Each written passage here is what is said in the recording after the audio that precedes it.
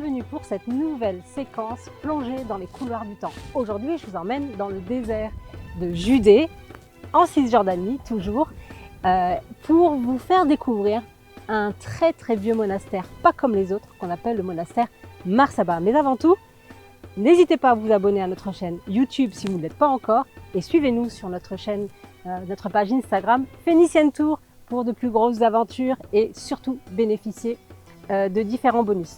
Allez, c'est parti, on y va!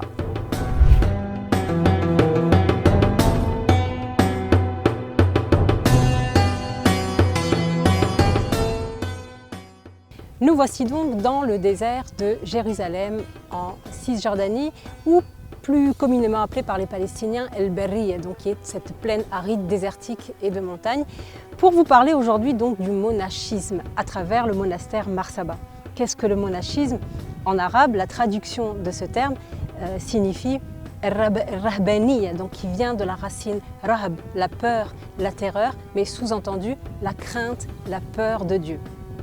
Alors pourquoi on parle de ça? C'est important aujourd'hui de rappeler un hadith important, et selon le tafsir de Mujamma al-Bayan, Ibn Mas'ud nous informe que le prophète Mohammed nous avait informé, donc ses sahaba, de ce qu'était le monachisme.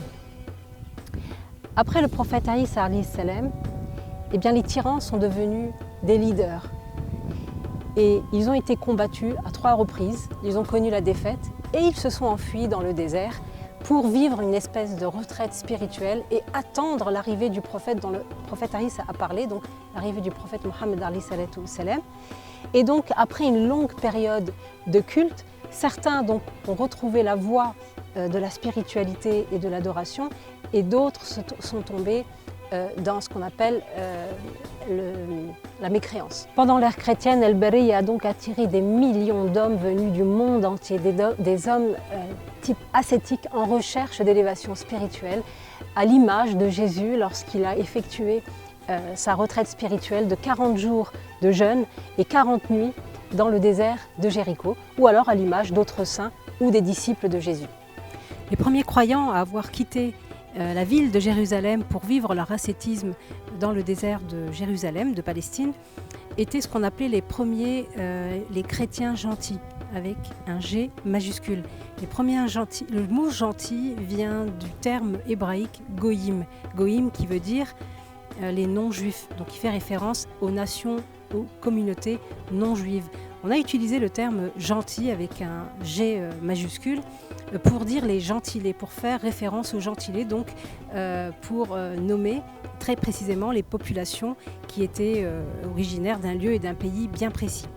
Aujourd'hui, on utilise également donc le terme gentil pour désigner les gens bienveillants, les gens de la gentillesse des gens, tout simplement. Donc maintenant, vous savez d'où vient le mot gentil, donc qui vient des goïms. Alors El Berri, on en a vu des gens, on a vu des monastères qui ont été construits. On recense pas moins de 73 monastères depuis l'ère chrétienne, au point que El Berri, ce fameux désert de Cisjordanie, est devenu l'un des centres monastiques les plus importants du monde. Et parmi les monastères donc, qui existent, vous en connaissez certains. Pour ceux qui ont visité ce magnifique pays, vous avez pu visiter le monastère Saint-Georges, vous avez pu visiter peut-être également le monastère de la Tentation. Et parmi d'autres monastères, eh bien, nous avons le monastère Mar Saba, qui est un chef-d'œuvre architectural, le joyau artistique de la Palestine, qui est visité par plus de 300 000 personnes chaque année, et qui doit son nom à un homme qu'on appelle un saint, qu'on appelle Saba. Depuis l'ère chrétienne, avec les invasions et les différentes guerres, beaucoup de monastères ont été détruits, mais beaucoup d'entre eux également ont été reconstruits. À l'image de ce monastère, le monastère Mar Saba, qui, on l'a dit tout à l'heure, tire son nom de ce saint, Saba, qui est né donc au 5e siècle à Kayseri, en Cappadoce actuelle. Et donc ce jeune garçon qui est entré dans les ordres à l'âge de 8 ans et qui a quitté sa terre natale à 17 ans pour venir vivre son ascétisme ici dans le désert de Palestine, dans le désert de Jérusalem. Alors le monastère Mar Saba, lui,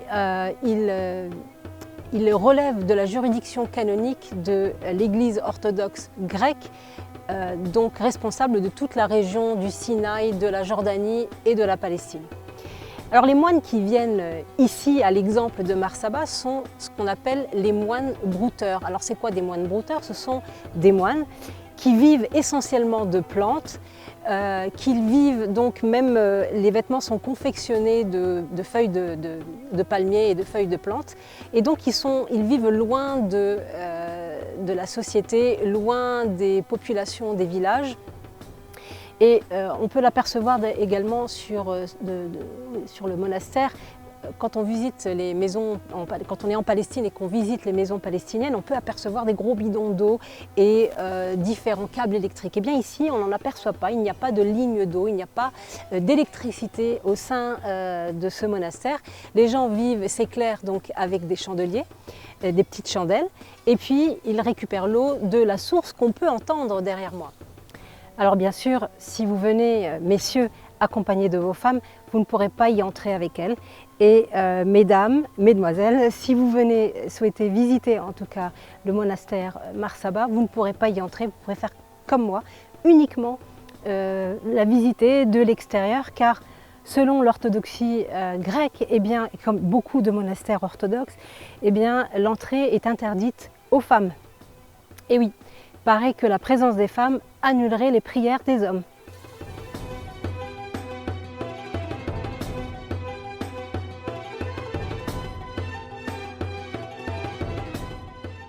Attention néanmoins à ne pas confondre le mot Saba, d'une avec la reine de Saba, qui elle était l'épouse du prophète Sulayman, donc on n'est pas du tout à la même période, et puis le deuxième peuple de Saba que Dieu évoque dans le Coran, et là on est dans les premiers millénaires avant Jésus-Christ. Donc voilà, ce ne sont pas du tout la même chose.